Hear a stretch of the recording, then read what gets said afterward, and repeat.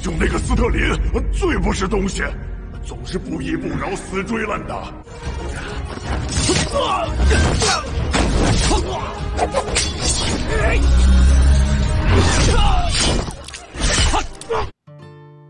Halo semuanya, apa kabar kalian semua? Terutama buat kalian kaum rebahan yang selalu nongkrong depan HP. Admin berdoa semoga kalian selalu baik-baik saja. Kali ini admin akan melanjutkan cerita Donghua yang berjudul Purple Reaper. Alangkah baiknya sebelum kalian nonton video ini, tekan tombol like dan subscribe terlebih dahulu agar kalian gak ketinggalan video selanjutnya. Langsung saja tanpa ngoceh-ngoceh lagi, kita masuk ke ceritanya. Cerita dilanjutkan dengan memperlihatkan Dewan Tetua yang akan menghadiri pertemuan keluarga. Diceritakan juga ada seorang Dewan Tetua baru yang bernama Majun, yang mana dia dipilih oleh 79 provinsi. Cerita lalu berpindah ke ruang rapat. Majun sebagai anggota baru sekaligus pembicara pada rapat itu pun mulai berbicara. Saat Majun sedang berbicara, Luo Minghai menggerutuk dengan suara pelan. Mendengar itu, Dilin yang ada di sampingnya juga menyetujui apa yang dikatakan oleh Luo Minghai. Pada saat itu Majun mengusulkan untuk memeriksa Departemen Keuangan secara menyeluruh. Mendengar itu, para tetua yang lain mulai mengangkat tangannya dan menyetujui usulan dari Majun. Sementara itu Changxing hanya bisa diam saat para tetua akan memeriksa Departemen Keuangan. Setelah semua tetua menyetujui usulannya, kemudian Majun memutuskan untuk menghentikan pekerjaan dari Departemen Keuangan dan membekukan uangnya. Selain itu, Majun juga akan menyelidiki seluruh pegawai yang berada di bawah naungan Geshan. Melihat sikap Majun yang sudah kelewatan, para tetua yang lain pun mulai menggerutuk. Akan tetapi mereka hanya bisa diam karena sudah menyetujui usulannya. Majun juga mengatakan kalau Dewan Tetua akan membentuk komite khusus yang akan memeriksa properti keluarga.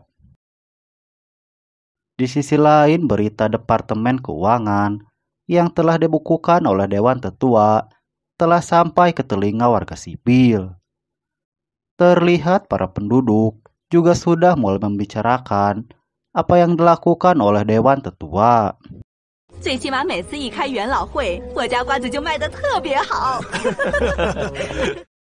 Sementara itu di ruangan rapat, terlihat 3 orc yang sedang bersaksi di hadapan Dewan Tetua. Yang mana orc itu mengatakan kalau mereka adalah makhluk yang paling setia. Orc itu juga membalikan fakta dan menjelekkan Sterling di hadapan para tetua. Yang mana orc itu menuduh kalau Sterling terus mengejar mereka yang tidak mau bertarung. Dilihat dari sikapnya, orc itu telah bekerja sama dengan Majun. Terlihat dari pandangan Majun saat orc itu salah berbicara. Hal itu juga diperkuat dengan tulisan yang ada di tangan orc itu. Dengan artian kalau semuanya sudah dipersiapkan oleh Majun itu sendiri. Mulai dari rapat Dewan Tetua yang dimajukan, sampai keterangan para orc. Kalau dari pandangan admin sendiri, si Majun ini ada hubungannya dengan anak buah suku iblis yang ada di episode kemarin ya sob. Setelah itu Majun memutuskan untuk memanggil Sterling kembali dan akan dimintai keterangan. Di sisi lain Sterling telah menerima berita tentang gencatan senjata dengan para orc. Mendengar itu, wakilnya juga kesal dengan keputusan Dewan Tetua. 这个节骨眼停战，亏得那些老不死的想得出来。 Pada saat itu, Sterling lalu memutuskan untuk kembali ke ibu kota. Sementara itu, Ji Chuanxiu dan Ming Yu sedang mengatur rencana untuk kedepannya. Pada saat yang sama lalu datang Li Sha yang melaporkan kalau ada penyerangan. Mendengar itu, Ji Chuanxiu langsung bergegas dengan pasukannya. Ji Chuanxiu lalu mengejar penyerang yang mencuri makanan. Saat melihat pencuri itu, Ji Chuanxiu lalu mengenalinya kalau mereka adalah anak buah dari Lei Hong. Dengan itu, Ji Chuanxiu langsung membunuh salah satu dari mereka, sehingga mereka semua berhenti dan berlari untuk menyerang Ji Chuanxiu. Pada saat yang sama lalu datang pasukan Kem Siu yang membantunya. Akan tetapi sama seperti sebelumnya, mereka langsung lari karena ketakutan. Sampai pada akhirnya, mereka pun kembali dan membantu Ji Chuanxiu untuk menghabisi para pemberontak. Saat dalam pertempuran, Bai Chuan lalu bertanya kepada Ji Chuanxiu. Mendengar itu, Ji Chuanxiu memerintahkan untuk menghabisi mereka semua.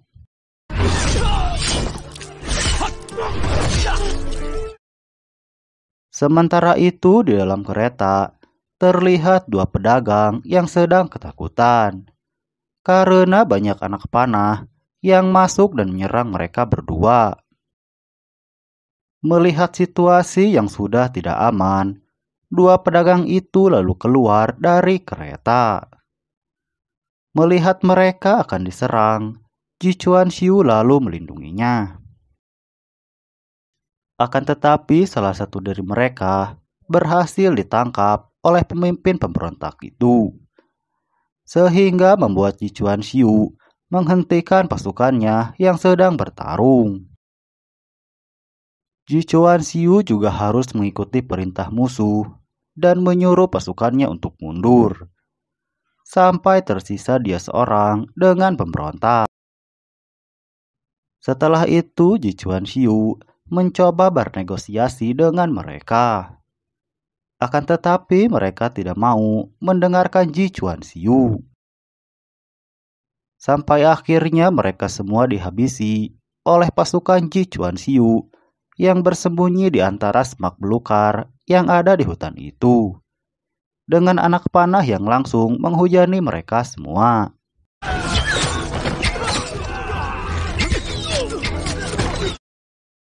Saat Ji Chuanxiu kembali ke kampnya, dia didatangi oleh Sterling. Melihat Sterling yang datang, Ji Chuanxiu lalu menghampirinya. Setelah itu mereka berdua langsung duduk. Kemudian Ji Chuanxiu bertanya kepada Sterling. Mendengar pertanyaan Ji Chuanxiu, Sterling lalu menjelaskan semuanya, yang mana dia disuruh Dewan Tetua kembali ke ibu kota untuk diinterogasi. Sterling juga menjelaskan kalau Dewan Tetua telah menuduhnya menindas para orc. Mendengar itu, Ji Chuanxiu pun menjadi kesal atas keputusan Dewan Tetua. Saat itu, Sterling juga memberitahu Ji Chuanxiu kalau Dewan Tetua telah melakukan gencatan senjata dengan para orc. Setelah itu, Ji Chuanxiu malah menggoda Sterling kalau dia senang kembali ke ibu kota sekarang. Kemudian Ji Chuanxiu mengingatkannya kalau Cardan adalah anak dewa iblis dan kekuatan keluarga Li juga tidak boleh diremehkan. Mendengar itu, Sterling lalu berdiri dan mengatakan kalau dia ingin bersama Cardan selamanya. Dia juga akan menjelaskan semuanya kepada Li King.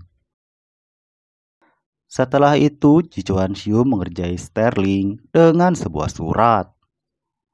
Yang mana Ji Chuan Xiu mengatakan kalau surat itu dari Cardan. Mendengar itu, Sterling langsung mengambil surat itu dan membukanya. Setelah surat itu dibaca, dia baru menyadari kalau sedang dikerjai oleh Ji Chuan Xiu.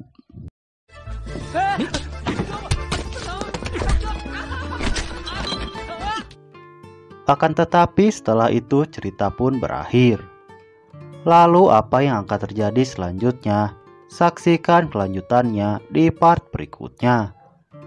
Nah, segitu dulu alur cerita Parperiper episode kali ini ya sob. Jika kalian suka, admin akan dengan senang hati untuk melanjutkan ceritanya. Jangan lupa tinggalkan bacotan kalian di kolom komentar agar channel ini bisa terus berkembang, dan sampai jumpa di video selanjutnya.